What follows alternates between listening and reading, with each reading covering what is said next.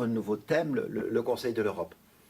Le Conseil de l'Europe, à ne pas confondre bien évidemment avec le Conseil européen, qui est une institution de l'Union européenne. Le Conseil de l'Europe est une organisation internationale complète, créée en 1949, avec pour vocation de permettre la coopération entre les démocraties européennes, à l'origine créée par 10 États qui construisent ce Conseil de l'Europe. Ce Conseil de l'Europe accueille dorénavant 47 États membres, c'est-à-dire l'ensemble des États européens. Le Conseil de l'Europe s'étend aujourd'hui, et c'est tout à fait considérable, de l'Islande jusqu'à la Russie, c'est-à-dire de Reykjavik jusqu'à Vladivostok, c'est-à-dire la totalité du continent très largement européen. Pour l'instant, il n'y a qu'un seul État qui ne soit pas membre du Conseil de l'Europe, c'est le Bélarus, qui n'est pas au Conseil de l'Europe, compte tenu de la nature du régime politique. Alors, depuis le sommet de Varsovie 2005, sommet de l'ensemble des chefs d'État et chefs de gouvernement du Conseil de l'Europe, les fonctions ont été redéfinies. Le Conseil de l'Europe, sa fonction, c'est la défense des droits de l'homme. C'est la mise en valeur de l'identité culturelle européenne, cette très grande Europe qui concerne plus de 800 millions de personnes, c'est tout à fait considérable. La recherche, comme on dit, de solutions communes à des problèmes communs, c'est-à-dire lutter contre le racisme, la xénophobie, lutter contre le terrorisme, le trafic d'êtres humains, lutter contre la corruption, réguler la bioéthique au regard des évolutions dans le domaine médical, par exemple, lutter contre la cybercriminalité, et puis c'est aussi développer la démocratie. Et voilà donc les fonctions du Conseil de l'Europe.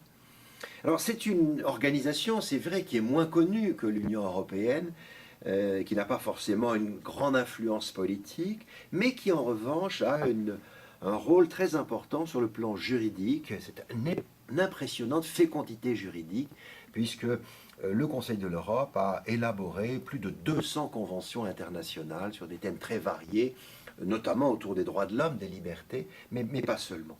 Alors ce Conseil de l'Europe a plusieurs structures. Ce Conseil de l'Europe est localisé à Strasbourg. Le choix de Strasbourg, c'est pour manifester la fin de la Deuxième Guerre mondiale, le rapprochement entre la France et l'Allemagne, et Strasbourg étant un peu symbolique des relations franco-allemandes sur ce point.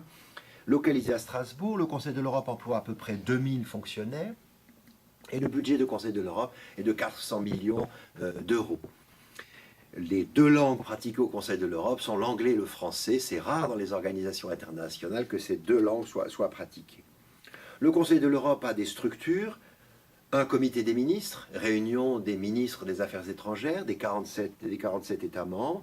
Les fonctions du Conseil, du comité des ministres, c'est le dialogue politique, la coopération politique, c'est l'admission de nouveaux États membres lorsqu'il y a des candidatures, c'est le suivi des engagements internationaux, c'est le contrôle de l'exécution des arrêts de la Cour européenne des droits de l'homme, que nous avons déjà évoqué à l'occasion d'un autre cours sur la Convention européenne des droits de l'homme. Deuxième institution du Conseil de l'Europe, une assemblée parlementaire, c'est-à-dire un organe démocratique avec des députés représentant les 47 parlements des 47 États membres, avec une représentation. Cette assemblée a des fonctions de coopération interparlementaire, a des fonctions aussi pour l'élaboration des conventions européennes, bien sûr, et développe des relations extérieures intéressantes. C'est la démocratie à l'échelle du continent européen qui est au travers de cette institution. Troisième institution du Conseil de l'Europe, le Congrès des pouvoirs locaux et régionaux. En effet, c'est une assemblée dont la vocation est de représenter, et c'est un chiffre tout à fait impressionnant, les 200 000 collectivités territoriales des 47 États membres. Tous les États membres sont décentralisés, soit fédéraux, soit unitaires, mais décentralisés, avec des régions, avec des départements, avec des communes, avec des provinces. Et il y a une démocratie locale au sein de l'Europe. Cette démocratie locale est représentée par ce congrès des pouvoirs locaux et régionaux. À quoi sert le Conseil de l'Europe? Quelles sont ses principales attributions? On peut en déceler trois attributions essentielles. Une première attribution, c'est la coopération politique et juridique. Coopération politique qui s'exprime au travers des conventions qui sont réalisées par le Conseil de l'Europe, des conventions qui touchent à la démocratie, au bon fonctionnement de la démocratie, qui touchent aux droits, aux libertés fondamentales. C'est aussi dans cette coopération politique l'aide des États les plus développés ou qui ont une démocratie déjà bien ancienne à ceux qui sont d'une démocratie un peu plus jeune et qu'il faut aider à mettre en œuvre, notamment pour des périodes préélectorales, pour des aides au développement de la démocratie ou pour des périodes post-conflit. Je pense à l'ex-Yougoslavie qui, après les conflits yougoslaves, a besoin de reconstruire des démocraties et le Conseil de l'Europe a aidé à la reconstruction démocratique. Il y a encore du travail à faire. Tous les États membres du Conseil de l'Europe n'ont pas forcément des démocraties parfaites. Il y a encore quelques progrès à réaliser. Deuxième fonction du Conseil de l'Europe, c'est la défense des droits de l'homme, des libertés fondamentales. Je l'ai déjà évoqué dans un autre cours sur la Convention européenne des droits de l'homme. Cette Convention européenne des droits de l'homme de 1950 est remarquable non pas tellement par les droits qu'elle proclame, qui sont relativement classiques, mais surtout par l'existence d'une Cour européenne des droits de l'homme qui statue sur la violation des droits de l'homme. Cette Cour est très saisie. 2012, elle a été saisie par 128 000 requêtes qui ont été portées à la Cour européenne des droits de l'homme et elle a statué sur à peu près 1100 arrêts qui ont été rendus en 2012 sur l'ensemble des États européens. Au-delà de cette convention, il y a toute une série d'autres textes sur les droits de l'homme, les libertés fondamentales, cybercriminalité, lutte contre le racisme, lutte contre la xénophobie, défense des droits sociaux. Il y a vraiment tout un travail réalisé par le Conseil de l'Europe dans ce domaine. Et enfin, le dernier domaine de travail du Conseil de l'Europe, c'est d'aider au développement de la démocratie locale, la coopération entre les collectivités territoriales.